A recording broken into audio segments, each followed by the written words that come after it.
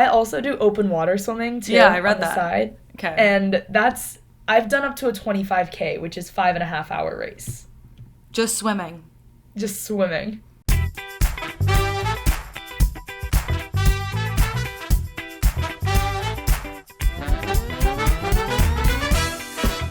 Here's to all of you who have picked yourself up after failure, who put your heart and soul into hard work.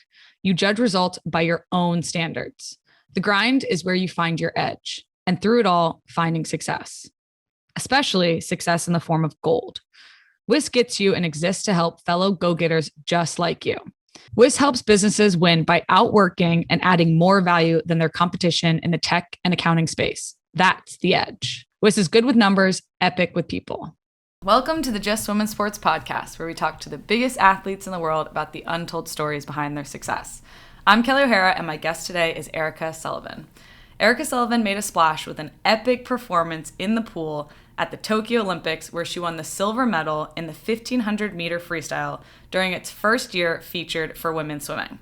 The Las Vegas native started building her resume in 2018 when she secured the U18 Swimmer of the Year award after ranking only second overall in the 100-meter event to Katie Ledecky. In 2021, the U.S. Olympic Swimming's Gold Goggles Awards recognized Erica as a nominee for the Perseverance Award. Now, only a freshman at the University of Texas, yes, freshman, her career is just getting started. Erica, welcome to the show. Thank you for having me. We just said this before we started recording, but this, I think, is our first recording where a guest is coming in live from their college dorm room, and you just sprinted back from class to get on here. So I'm stoked about this because it's just like many firsts for the pod.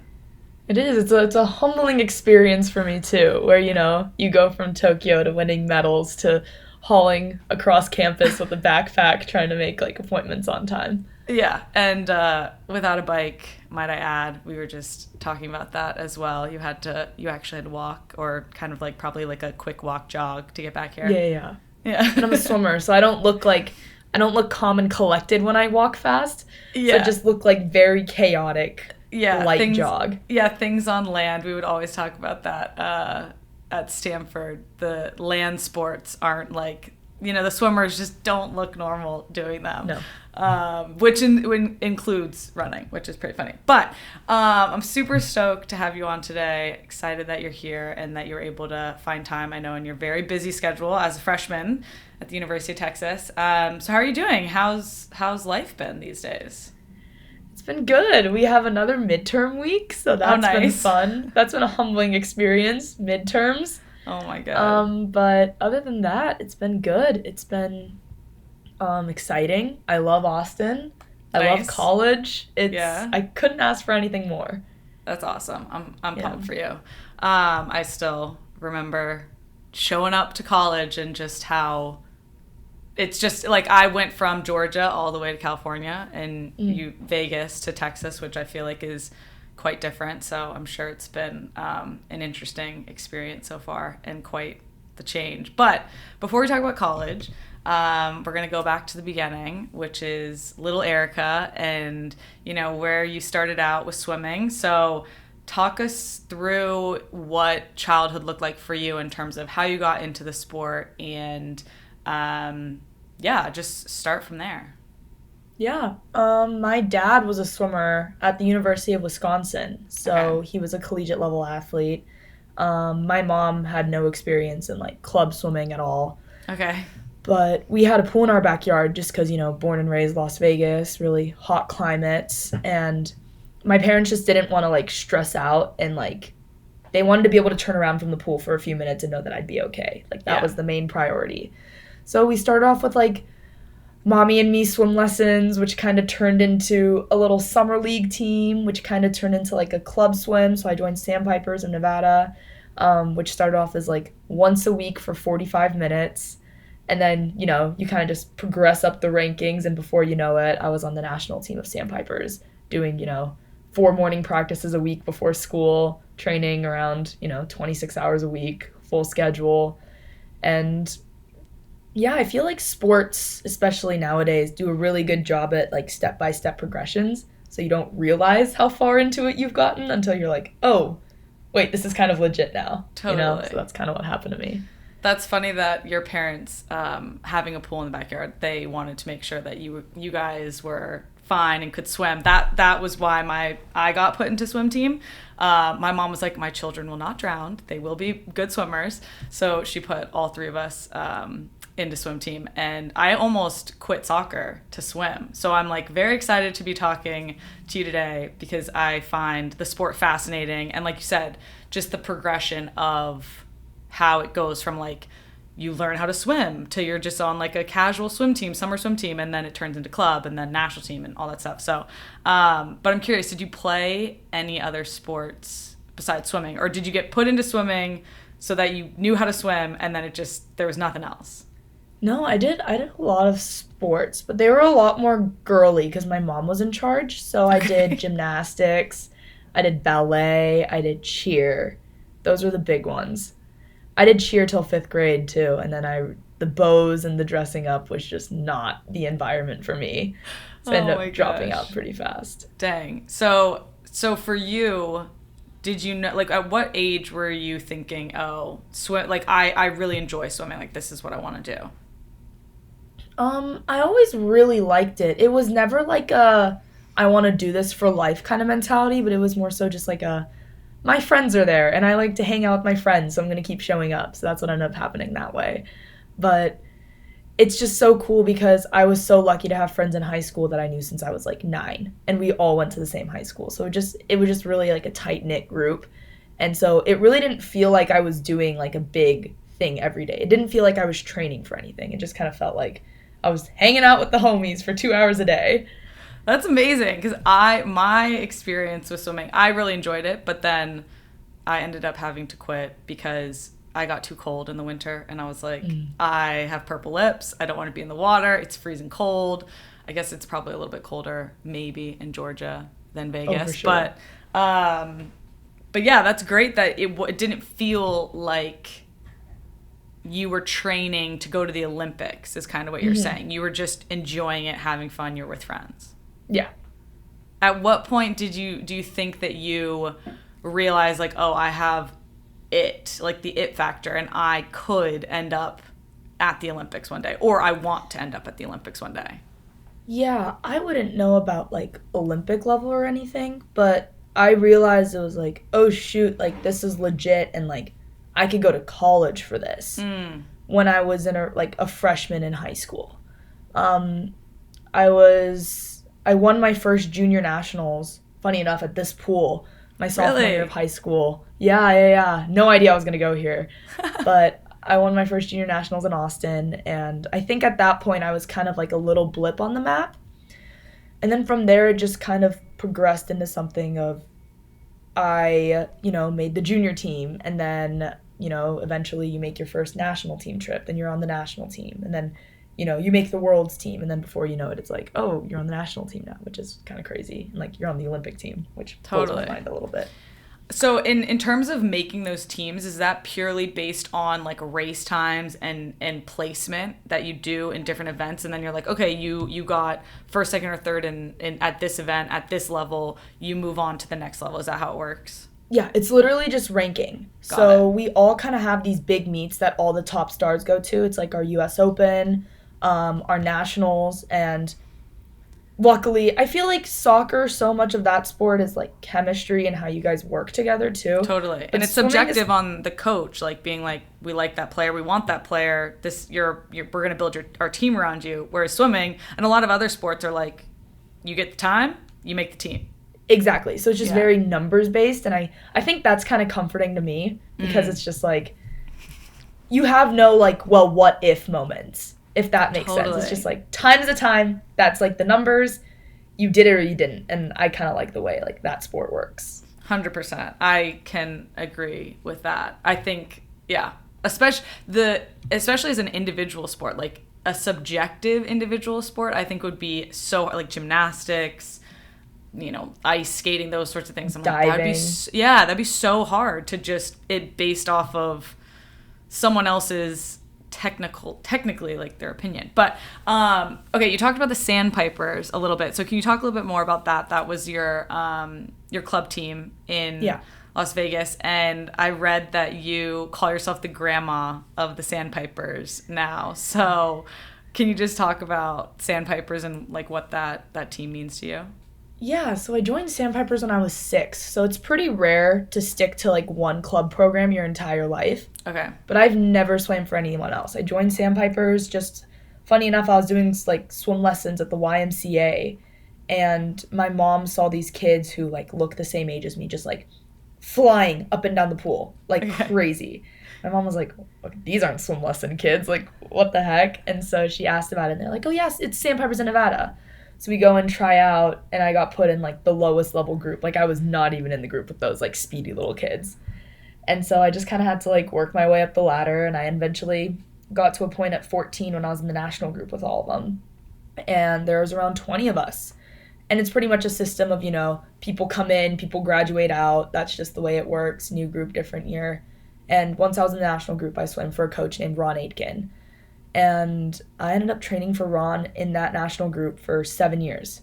So after my 4 years of high school, I deferred college for 3 years to try to make the Olympic team. And in the beginning, I was the 14-year-old among the seniors, so it was fun. But, as you start to age up and people start to age out and you don't, my last year, I was the 20-year-old with a bunch of 14 and 15-year-olds. Oh, wow. Yeah. And that's so... a big gap. Yeah, and you don't even realize it until they say remarks where I was like, yeah, so I joined Sandpipers in 2006, and they're like, I was born in 2006, and you're like, oh, that's not fun. Yeah, totally. That's hilarious. Okay, so you deferred college for 3 years. So you graduated high school, what year, 2017? 2018. 2018, okay. And your objective was you put off college for 3 years to try to make 2020 Olympics. Yeah, so I kind of went a really weird path. So in 2016, after my junior year in high school, I committed to University of Southern California. Okay. I was ready to be a Trojan. Oh, dear. Wanted to do all that stuff. Fight on, baby. Yeah, exactly. And I was ready to go, and then love the coach, love the team there. With what I wanted to major in, it just really fit in nicely. I wanted to do film studies. Oh, very cool. And then basically what happened was my dad went through his stuff. I went through just like a lot of mental health issues. I couldn't really train, so I ended up sitting out. The plan was to sit out one semester. Okay. And then we found out that with my grades not being where they were supposed to be due to mental health issues, I didn't have enough credits to really go into USC, so then I decided to retake them and skipped another semester. Okay. And so it was going to be like and at that point, there was only a year before the Olympics, so it was like, okay, let's just take a 2-year gap.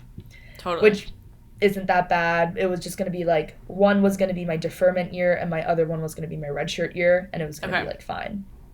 And then COVID hit, and it was just like, oh, do I go without knowing, like, the regulations of pool rules and, like, how that's going to work? Oh, yeah.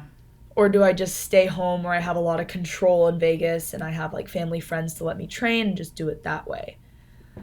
So we decided to stay, and there just, at that point, a lot of my original coaching staff at USC had retired, and they had left the program. So I just decided, like, oh, maybe I should start fresh and kind of look for a new spot for me. And I did, and I stumbled upon Austin, Texas, and now I am here 3 years later. And here you are. So I want to talk a bit about that period of time, but before we do that, I'm curious, how did your recruiting process go originally that led you to USC? Did you look at a bunch of schools? Did you commit super early? Because it's interesting talking to so many different athletes and how it varies between sports of what the recruiting process looks like. And even just between athletes, some people commit super early, some people wait until the last minute, some people know where they want to go since the age of 5. So what was that like for you? Yeah, so I was friends with a lot of athletes in high school, and if I remember correctly, soccer's early. You guys commit It can be. early. Yeah. I committed my senior year, so I waited. But a bunch of I was the last player on my team, last player of my friends. But yes, it does happen very early, which I think is silly, but that's just me. Yeah, like I had friends committed my sophomore year of high school. Yeah, totally. And we didn't do that at all. We had NC2A rules where we weren't even allowed to talk to schools until going into junior year. Yeah, okay. So September 30th, junior year, that's when your emails start to blow up and, you get your mailbox fills up. Mailbox just fills up at Totally. once, and you start to rank them, and then, you just kind of chip away at the list, and, the more schools you have, the pickier you can be. So, like, for me, I said, I'm not going anywhere cold. I'm a Vegas native. Smart. I cannot do cold. Yeah. No. So we kind of drew a line in the middle of the U.S., and I was like, okay, we're not going above this line. South of here. That's funny. Yeah.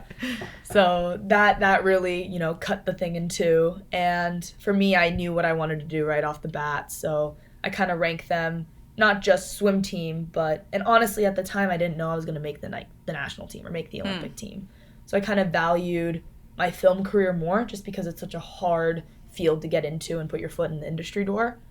Yeah. So, I mean, obviously, University of Southern California, based right in LA, best film program in the US, and I was like, not even a question, like, that's where I want to go.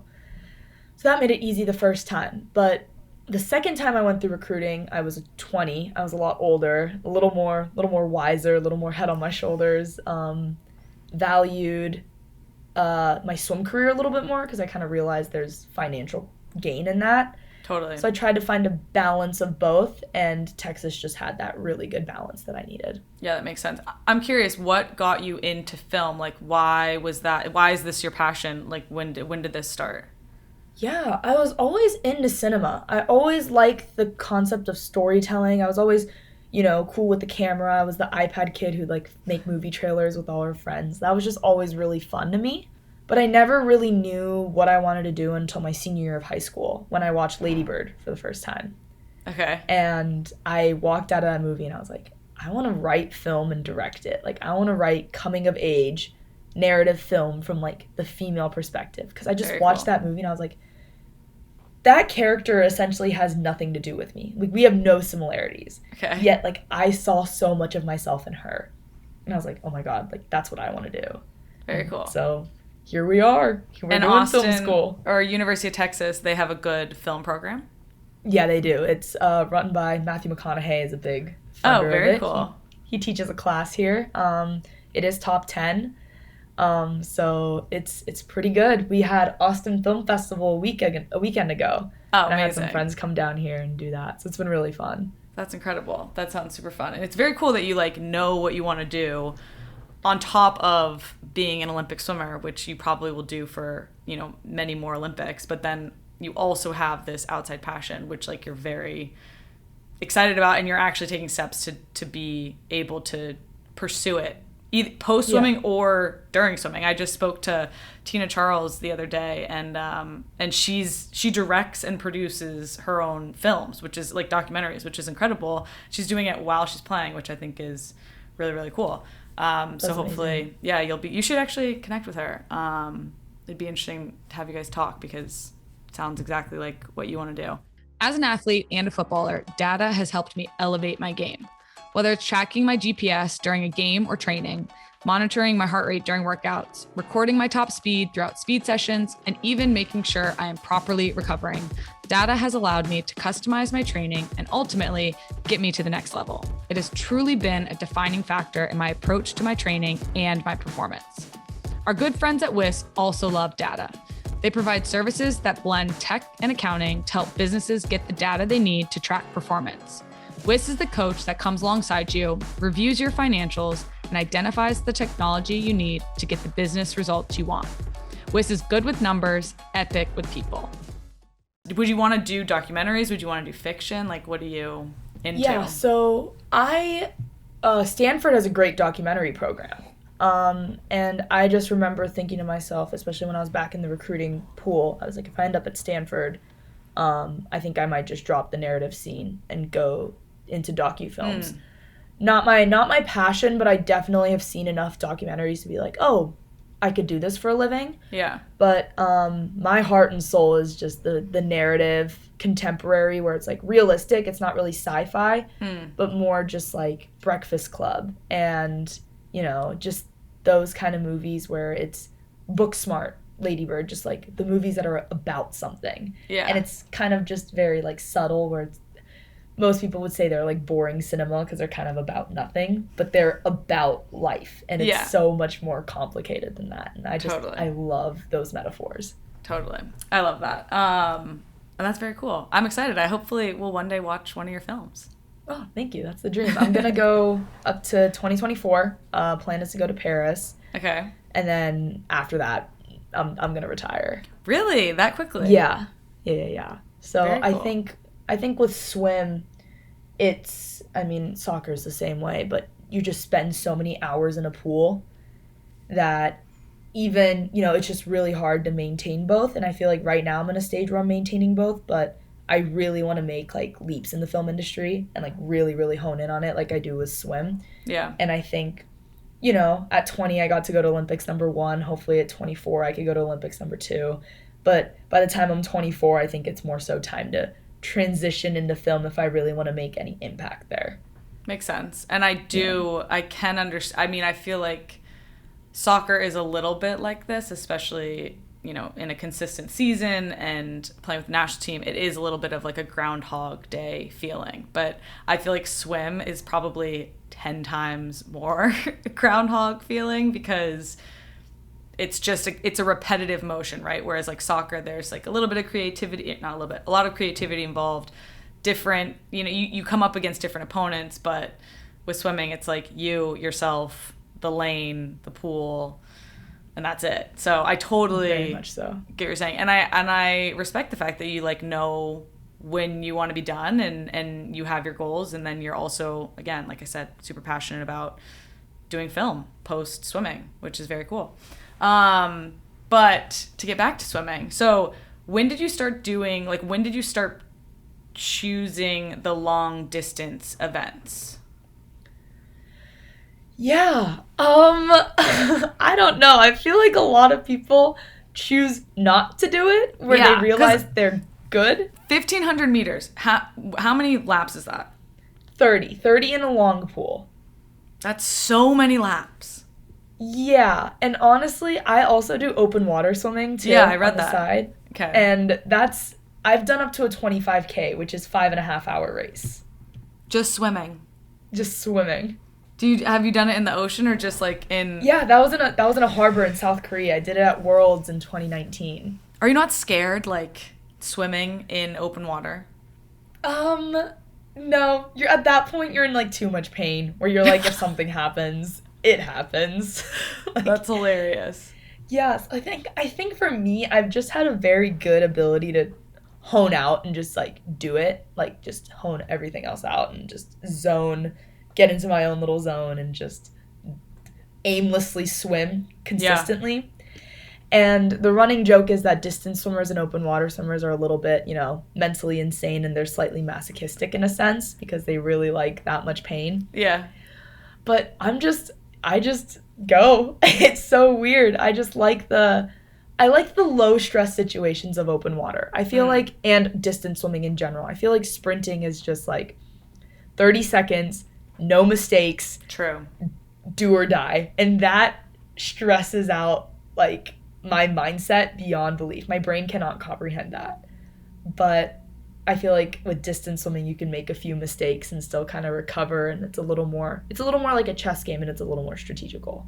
Yeah, no, that makes sense. I always think about when I'm watching the Olympics, swimming and running or track and field, watching the like 100 meter or the 50 meter in swimming. It's like you mess up, that's it. It's one shot. It's 10 seconds in the run, like, and that's it. And like you said, that's such a high stress situation. Whereas I guess with the longer swims or events, there is room for a little bit of mistakes. Like I don't even know. Yeah. I feel like you have to swim pretty freaking well though to be winning those too. Like you can't, there's not that much margin of error, but maybe like a little bit more. A lot more than you okay. think. Because in Tokyo, I was totally behind the rest of the field for like the first 600. Okay. I wasn't even close. And then what happened? And they went out too fast. They started, they faded out towards the end, and I warmed up and I was good to go, and I brought it home. So if that was 100, I think I went out last. Like, Yeah. It was not good. It was so much to the point where my family was watching at home, and they were like, listen, guys, 6th in the Olympics is amazing. She's doing they're so watching, good. It's like, yeah, no, that's, oh, man. And then you got second. And then I got second. And they were incredible. Just like, they were like, you stressed the hell out of us. And like, we had to sound really optimistic sitting in that viewing party room where they're like, she did so good. 6 is so good. Yeah. Which it is. I mean, even being at the Olympics is like such a testament and such a success. But that's very funny. So good for you. Mm-hmm. You turned it around for your family's sake. Yeah. I gave him a night to celebrate. Yeah, totally. Well, I want to talk about your lead into the Olympics. So 2018, you graduate and you defer because you want to focus on Olympics. And you came out swinging in 2018. You secured bronze in the 1500 freestyle at U.S. National Championships. You're named the 2018 age group swimmer of the year, and you're ranked overall second in the 100 to Katie Ledecky and third in the 1650. So like 2018, huge year. And so can you talk about that and just like, did you expect that to happen? Was that like kind of you were building towards, all right, I want to have this type of year so that leading into Tokyo, I'm feeling great? Yeah, so I feel like it's really hard, and I think soccer is very much similar in this sense. You can tell me if I'm wrong, but like I feel like putting your name out there is so much of, being a starter and like being on the team and being named on the national team and the Olympic team and stuff like that. And I think swimming is the same way, to where you kind of have to establish your place in the sport before they even, think you're reputable, or they think, like, oh, she's going to really do something for us. And I think it all starts, the first year after the quad is kind of a transition period. Yep. But 2 years out of the quad, that's when the grind time really starts to happen. And they start to see, who's the up and coming. So 2018 was just like that big year where I wanted to make my mark, and I was lucky enough to make it. I made my first U.S. national team trip, which was the Pan Pacific Championships in Japan. And yeah, it was going really well. It was setting up really nice to make the Worlds team. That was more, I focused on pool that year, and then in 2019 I went towards open water to kind of see what I wanted to do for 2020.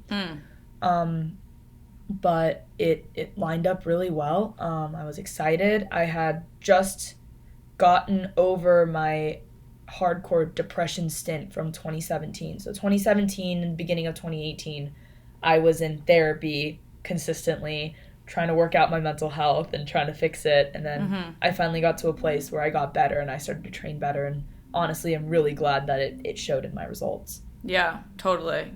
And good for you for actually seeking out therapy, because I feel like so many people, especially young kids, like they are too afraid to ask or too afraid to, to even say like, hey, something's up, something's wrong. Like I need help.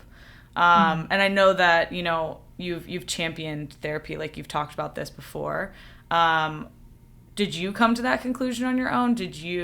Was there someone that helped you make a decision of like, oh, I do want to go to therapy, I do need to go talk to somebody? Like, can you talk about that a little bit?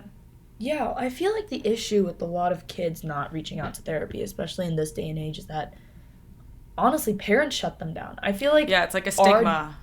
Our generation as a whole has done a really good job in positively talking about mental health. 100%. And I think it's the older generation who kind of shuts it down most of the time.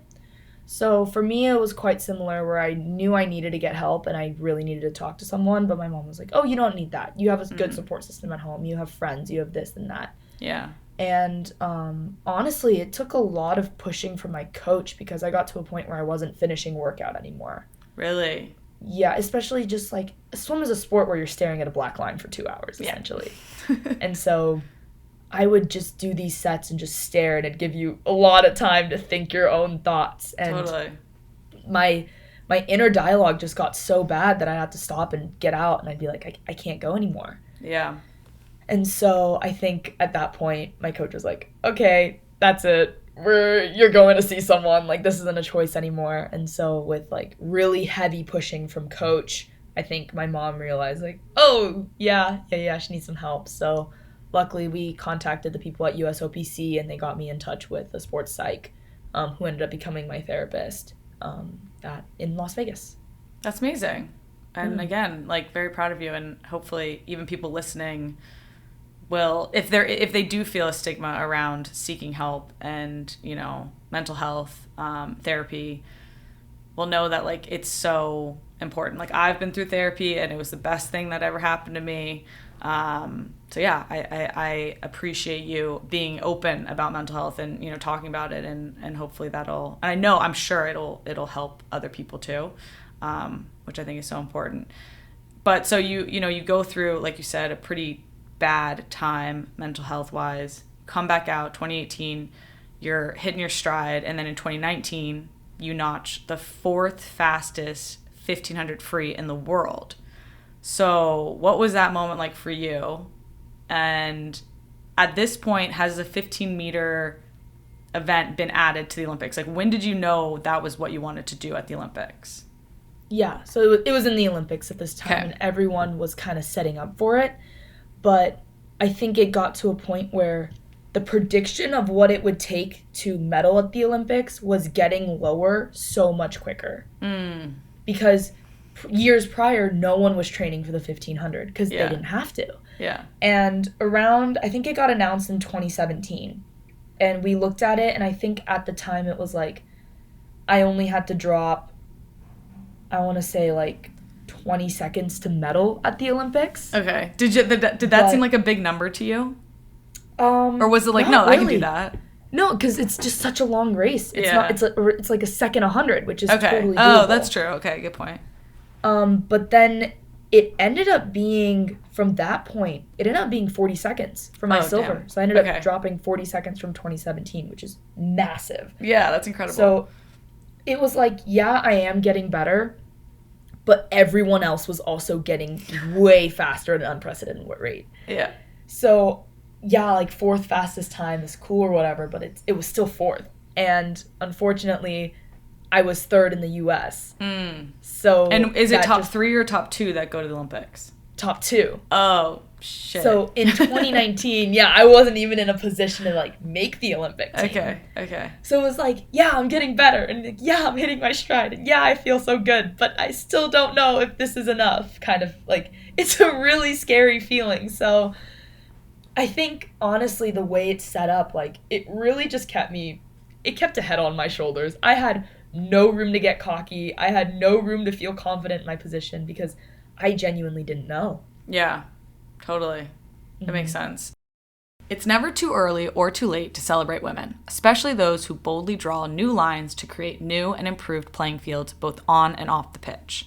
The Just Women's Sports podcast has teamed up with our presenting sponsor, Whis, to share the inspiring stories of the female entrepreneurs and business leaders that are not only changing the game, but are also Whis clients.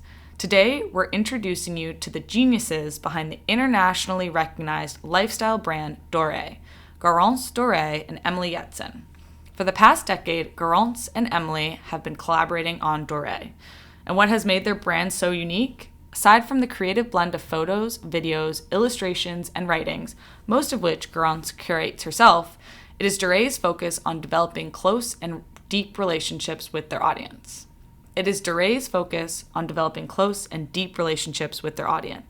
Garance and Emily have been working together over the past decade to continue to elevate this value. They attribute their success to staying motivated, staying grounded, and learning to fight when they need to.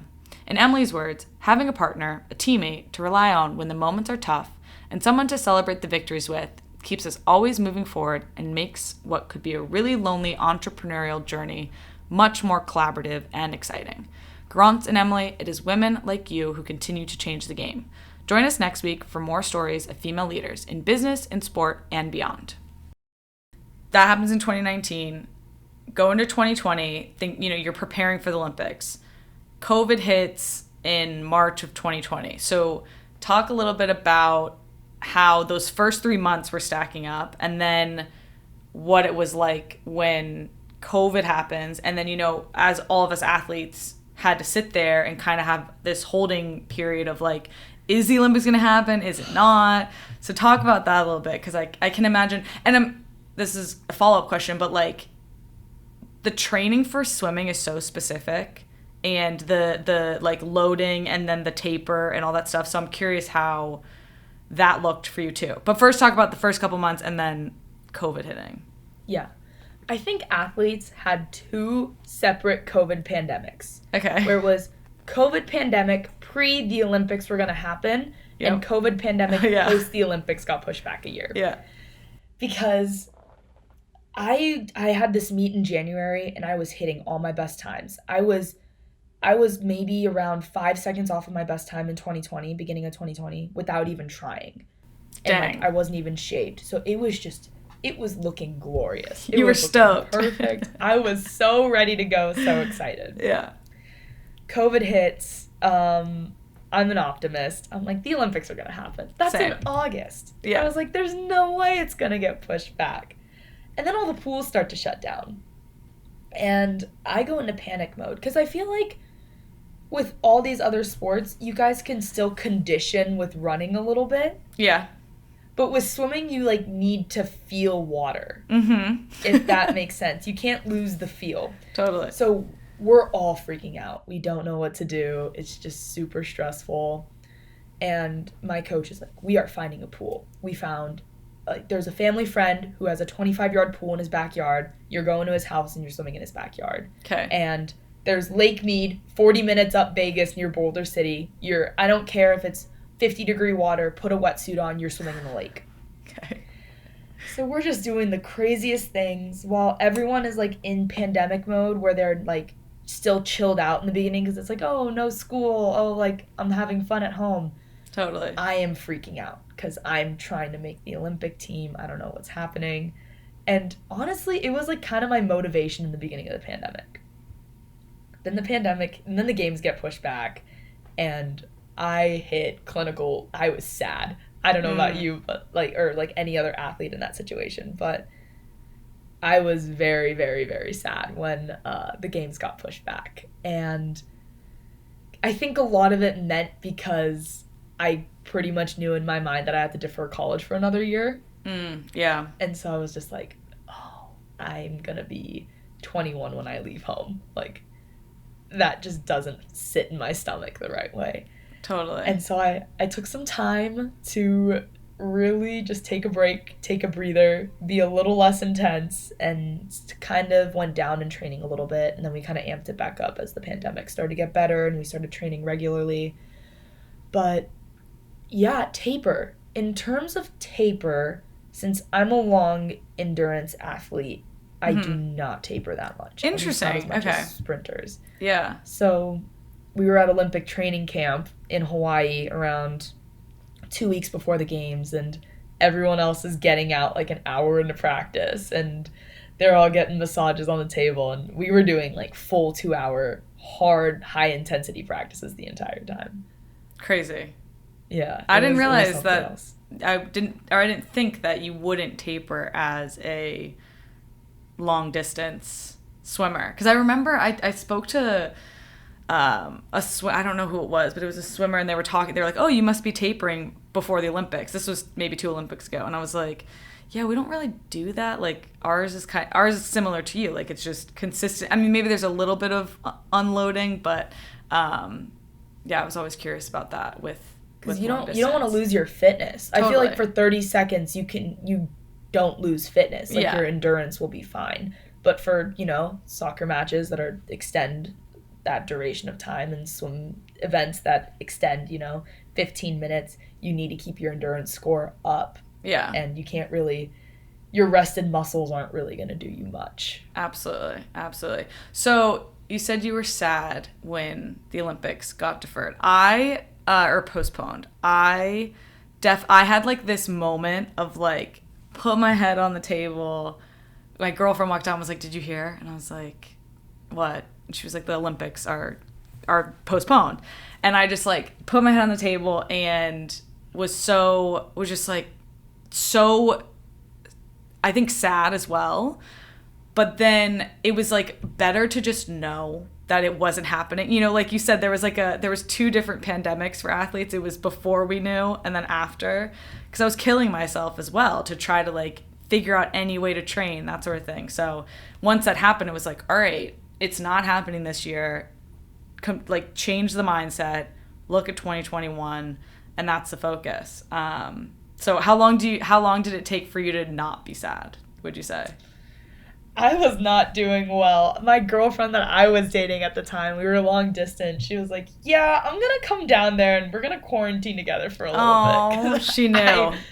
I was not doing well. And honestly, that ended up being the doom of our relationship. But that's okay. That's so funny. But I feel like the pandemic was either like you figured out you wanted to be with the person, or you're like, this isn't it. But that's good that you figured that out. I was like, wow, I am not a U-Haul lesbian. Like, this is not it for me. This isn't it. We can't go from 0 to 100. That's no, because we had started dating like beginning of March, long distance. Oh, of 2020? Of 2020. Oh, well, yeah. That's a large jump there, Erica. I learned, listen, you live and you learn. You do. I was first relationship, 20 years old. She was 18. We were going to go to college together at USC. And it was humbling. I grew a lot as a lesbian in that relationship. It takes a couple to figure it out, I will say that. It does. Yeah, it does. For sure. But she was supposed to stay for 2 to 3, but she ended up staying for 6. And I was like, yeah, this is 6 weeks? For me. Yeah. Did you guys end it pretty quickly after that? Yeah. Okay. I left USC pretty soon after that, too. Oh, so you were at USC when the pandemic hit? I was set to go to USC. Got it. But okay. I was gonna, and she was a swimmer about to go into USC, so it was like supposed to line up perfectly. Got it. But then, so you decided to change from USC to Texas during 2020. Yeah, in the middle of the pandemic. Got it. Which is insane. I'm curious what that conversation was like with the USC. You said a lot of the coaching staff had left. Like, was that a hard conversation to have, to say, hey, I'm not gonna, like, I need to uncommit, I don't decommit, and I'm gonna go to Texas? Well, it was actually pretty complicated. It was just like, in January of 2020, coach number 1 retires. Okay. And I'm like, oh, okay, but the assistant coach is there, so I'll be fine. And then the pandemic hits. And then word gets out that assistant coach number 2 will be leaving the university. Okay. And I'm like, oh, this isn't lining up well. We'll see how the new coach is. So the new coach comes in, and it was just a full 180. And it was just like, with the pandemic, and at this point the Olympics had already been pushed back, so I pretty much knew I wanted to stay at home another year. Yeah. So I was like, at this point, I feel like I should talk to other schools. And I didn't even know it was Texas at that point. So I decommitted and said, I'm going to go back into the transfer portal, and I'm going to go back into the recruiting class. So on top of that, I talked to Louisville, Texas, Stanford, Virginia, U of A, just a lot of different schools. And I decommitted in June, and I was committed to Texas by September. Wow. So how did you, so what did that process look like? Did you go visit? I mean, it was COVID, so what was going through, or how did you finally make that decision? Well, there was blocks on recruiting. I don't know if you kept up with that, but No. NC2A did hard blocks on any recruiting, so I couldn't go on any official visits. They were all unofficial visits. Okay.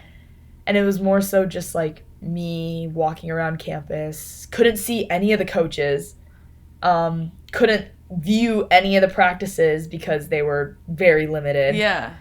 So I pretty much met the team predominantly through Zoom. Oh, wow. Just these like team recruiting Zoom calls. Was it awkward? Yeah. It was really awkward. And so, I mean, it's like I was lucky that we were all kind of on the same page. So it was like comparing apples to apples. Yeah. Because like everyone was on Zoom. But it was very different than my first time going through the recruiting process. Yeah, makes sense. Well, okay, so you end up decommitting from USC, you commit to Texas, but then you have all of the fall of 2020, and then you go into 2021 into the Olympics. So what did 2021, like, January kind of look similar to 2020 January? Like you're like, okay, we're back into the same situation, we're in the same place, we're going, we have the Olympics in 6 months, or I guess 7 months. Okay, My groove in January 2021 was polar opposite of groove in January 2020, because on Christmas of 2020, I had COVID, and Oh, no. I was out for 2 weeks. Yeah, okay. So I come in January, out of shape, can't breathe, Yep. horribly ill, frail. I had a swim meet in San Antonio in January just to see where we were, and my coach actually had to take me out of the 1500 because he didn't think I was going to finish. And Yeah. I'm pretty sure he cried when he took me out because I think he thought it was over. Oh, no, really? It was bad. Yeah, it really wasn't good. Wow. Okay, so Yes. when did things start to turn up for you? Honestly, it wasn't till like April. Oh, wow. Okay. Were you starting to get stressed? Oh my God, I was so stressed. Okay. Yeah, I was unbelievably stressed. I think with all these training camps that we were doing, I really started to hit my stride like March, April, May. But I hadn't really competed at that high of a level just because no swim meets were happening. Yeah. So it was just very much like this could either go really good or really bad kind of gut feeling. And by the time trials came around, it was more so just like, we are going to push this to wit's end. And like, it was honestly mental strength at that point when I walked in Totally. the Olympic trials. Dang. So, okay, so you're walking, this is your first Olympic trials. Second, I went in 2016. Oh, you did? Okay. Okay. Yeah. But different. First meet I've had in maybe 2 years. Like a Is legit the Olympic full- trials. We hadn't had spectators since Wow. pre-COVID. Okay. So what's your mentality, your internal feeling going into this Olympic trial? It's called Fear. Olympic trials, right? Olympic trials. Fear, terror. I didn't eat for a week. I didn't sleep for a week. Really? I was nervous. Wow. I will say this: Olympic trials is more stressful than the Olympics. 100%. Well, I can see why, because it's like all of your hopes and dreams, yes, are, if you were to make it to the Olympics, they fall on that, if you medal, that sort of thing. But you have to make it there first. And the only way you make it is this one meet. And to me, that's crazy. That's so stressful. It's terrifying, and it's also scary that America's Olympic trials are more competitive than the Olympics most of the time. I'm sure. And so it's just like, okay, here we go. 3 years of college deferment, all coming down This is to what- one 16 minutes. Oh my God. Well, you qualify. So, I qualified. and like weight off your shoulders, like what was that moment? I got bronchitis the week after. Oh my God, because you were just so stressed. stressed, and then you let your body. Wow, so you got bronchitis because trials is when? June. It's in June, end of June. Then you get So- bronchitis before you go to the Olympics. Yeah, I get bronchitis. We're at home for a week before I go to training camp in Hawaii. I get bronchitis. I'm going to the doctor, and I'm like, listen, I got Olympic training camp in 3 days. You need to hit me with the Z-Pack, Yeah. all the goods. So I got the Everything. medication, got over it pretty quick because I started sleeping and eating again and recovering It's again. good. It's important. Then, yeah, really important. And then just went straight into training and trained for the games. Dang. So your mom and your dad are both from Japan, or just your mom? No, just my mom. My Okay. dad is from St. Louis. Okay, so hometown of, Ofuna? Ofuna. Yeah, Ofuna, she's okay. around an hour out of Tokyo. And yeah, my grandpa lived in Tokyo before he died in 2017. So I've Okay. spent a lot of time in Tokyo. Yeah, so what was it like to, you're going, like you've been to Japan, you visited Tokyo, to now be competing in the Olympics in Tokyo, which is like your mother's home country. Yeah, and like a place where I visit every Yeah. year so casually. Yeah. It was comforting. Like, Yeah. I feel like, I mean, you totally understand. When you go to a national team trip where you don't understand the language, it's pretty much people pulling you around everywhere. Yeah. Pretty You much. you can't take charge. You have to be okay with not knowing what's happening at all times. That's true. Yeah. Like, you kind of know what you're supposed to do, but you only know that you're there to play your sport, and other than that, you don't know what food you're gonna get, you don't know where you are, you don't know what you're supposed to be doing. Yep. If the bus driver is lost, you have no idea. So it's just, honestly, it was super comforting to have that level of control, of being able to speak the language, and like showing up to the airport with COVID mania, with the chaos of trying to get through the airport during COVID, which Yep. was horrific. Yes. And it was just comforting to, like, know what was going on. For sure. What must have been very nice. And I like love Japan and love Tokyo. Were you able to get out and see Tokyo at all, or were you guys only allowed in the village? You guys were not, because we couldn't leave our hotel. Yeah, we went from village to bus, and bus to pool to bus to village. Yeah, you guys weren't in the village. No, we were in a hotel, and it was a major bummer because I feel like Tokyo did such a good job of putting on the Olympics, and I knew that if it would have been COVID, it would have been one of probably the best Olympics, just because I just think that they would have done such an amazing job for all the fans, spectators, athletes to be able to go out and experience the culture and like the city of Tokyo and the food and all that stuff. So that was a big bummer, but it is very cool. Were you guys able to Uber Eats to the hotel though? I never did. I think some people like ordered up from the hotel restaurant, but no, we didn't. We had one meal kind of out at where we were doing like our pre-camp training, Miyazaki, but besides that, it was just hotel food, which it was actually, they did a very good job. Very fresh food. Again, I was blown away by Japan and Tokyo and them putting on the Olympics. But you guys trained predominantly at that Olympic, like, not the Olympic Training Center, but like the Japan version of the Olympic Training Center, right? Like, so we did all of our recovery there. You're talking about the thing that had like the gym and then like there was a pool. Yeah, we would always go. We were there for like 2 days, and I think nice. Someone met Tobin there and sent me a picture. Okay. And I was like, oh, man. Missed it. I know. That was our only time really like having interaction with other U.S. Olympic athletes, which is so fun. Like, that's one of my favorite parts of the game, is being like, you're on Team USA. Like, everybody in all these different sports are your teammates. And so just being there and doing the days that we did our recovery there was fun to be able to like pass by. You know, I saw a bunch of old Stanford friends. So yeah, it was cool. But okay, so Olympics, 1500 meter. Going into the event, are you like, I'm gonna medal? Like, I think I'm gonna medal? Or were you just like, I'm happy to be here? I was happy to be here. Really? I was in a room. I was in a really great room with Regan Smith, who's at Stanford now. Okay.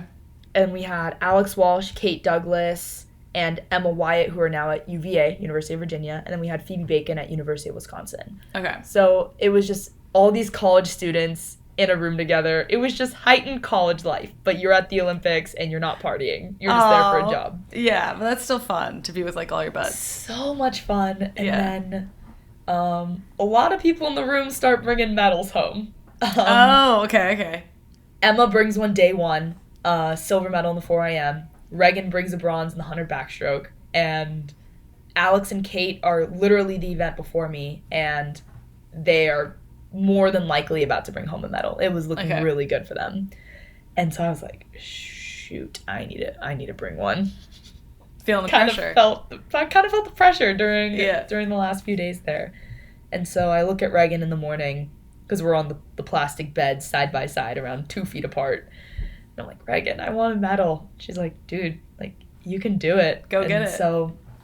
And prelims and finals were done really weird in Tokyo, to where prelims were at night and finals were in the morning. Oh, okay. Interesting. For American television. Yeah. And, I woke up that morning on finals day being like, yeah, you're going to do it. Like, you just have to do it. Like, you want it more than anyone else. And luckily it worked in my favor and I did it. It's amazing. How did it feel to get a medal? It was crazy. It didn't feel real. It honestly still feels like a fever dream, because like I don't have the medal here with me anymore. Like it's in Vegas at home. Yeah. So I kind of forget about it sometimes. Totally. And like I have the rings tattooed on my side now. So like sometimes like when I'm getting ready for swim practice and like changing and I look at myself in the mirror, I'm like, oh yeah, you did do that, didn't you? Yeah. That's crazy. That's awesome. When did you get the tattoo? As soon as I got home. Really? Before my 21st birthday. Yeah. Was it your first tattoo? It was my second tattoo. I have like a tiny ankle tattoo that I got when I was 19. Okay, very cool. So you are in 6th, you get second, you get a silver medal, you get to come home, and now you're like walking on to UT's campus in Austin. Like, what? That's a very, there's a lot that happened in a very short amount of time. I will surprise you right now. I win the medal. I come home to Vegas for 2 weeks. In Vegas, my hometown, I have the silver medal. I turn 21. Oh, sick. Even better. Wow. Celebrate my birthday with a medal. That's pack my bags and then come to school. Wow. So I just had the most insane 2 weeks of my life. Totally. Where it was just like home and like all this media is happening at home because my social media blew off as I was flying home. So I'm doing media week 1, celebrating my birthday while packing up for school week 2, show up here.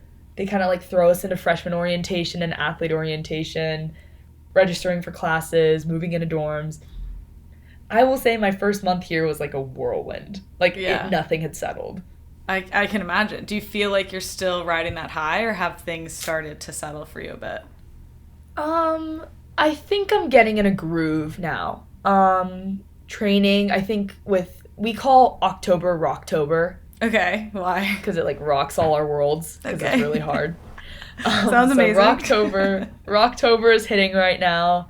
Getting a good rhythm going. Have a girlfriend now. Have a relationship here. So that's been getting me going. She keeps me humble. It's going better than the last one? Oh, so much better. Okay, good. And yeah, it's been good. Well, good. That's awesome. Yeah. I mean, I feel like, you're only a freshman. I guess you're an older freshman, but you've done so much already, and like I feel like you have so much ahead of you, which is very exciting. And I'm excited to see like what you do and the films that you produce and all that stuff. So, and I know I've taken up a lot of your time, and you're like literally practicing, going to class, all those things. But have a couple other questions to end. All right, so these are our repeat questions, and the first one is, if I wasn't a swimmer, you'd be a film producer. Yeah. In terms of athletics, though, I got super into female soccer after I read a fan fiction when I was 15. Okay. It's called CC7 and LJ10. They're Camila Cabello and Lauren Jaregui fan fictions. Okay. I don't know what you're talking about, but continue. Yeah, you probably don't. This is like really like teenage gay culture from like circa 2015. Wow. Very cool. But yeah, that's what got me into like women's national team soccer on my Tumblr page, at least. Okay. So would you be playing soccer? No, you wouldn't be playing soccer. Maybe. I don't have that. No, I don't. You do it for the fun, for like the good times. I do it for the girls in the sport.